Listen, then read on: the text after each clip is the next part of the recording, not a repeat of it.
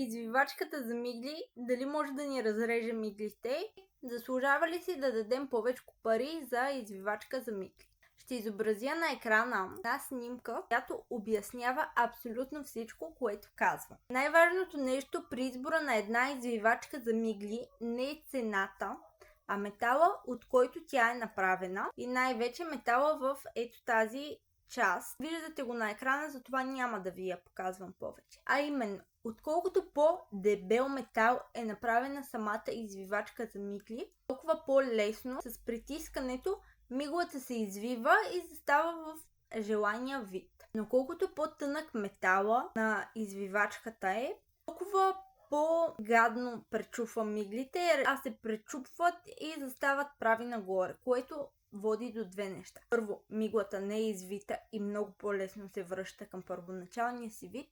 И второ, този тънък метал с всяко притискане до гумения предпазител, той започва да го прорязва. Ето какво значи, че може да разреже миглата.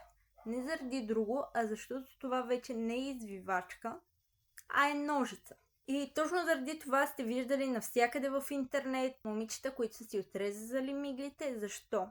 Защото когато първо извивате върху мокра спирала, което не се прави в никакъв случай, миглата буквално се слепва с гумения предпазител. Когато натиснете с една некачествена извивачка от тънък метал, тя съвсем лесно може да си отрежете миглите. Това не гледаме цената на миглоизвивачката, а следващия път, когато си купуваме миглоизвивачка, гледаме от колко дебел метал е произведена. И правя такива видеа да може да взимате по-информирани решения и да оставате доволни от самите продукти, които сте си купили, защото те всъщност ще ви вършат работа. Ако това ви е било полезно, моля, оставете ми коментар или ме последвайте.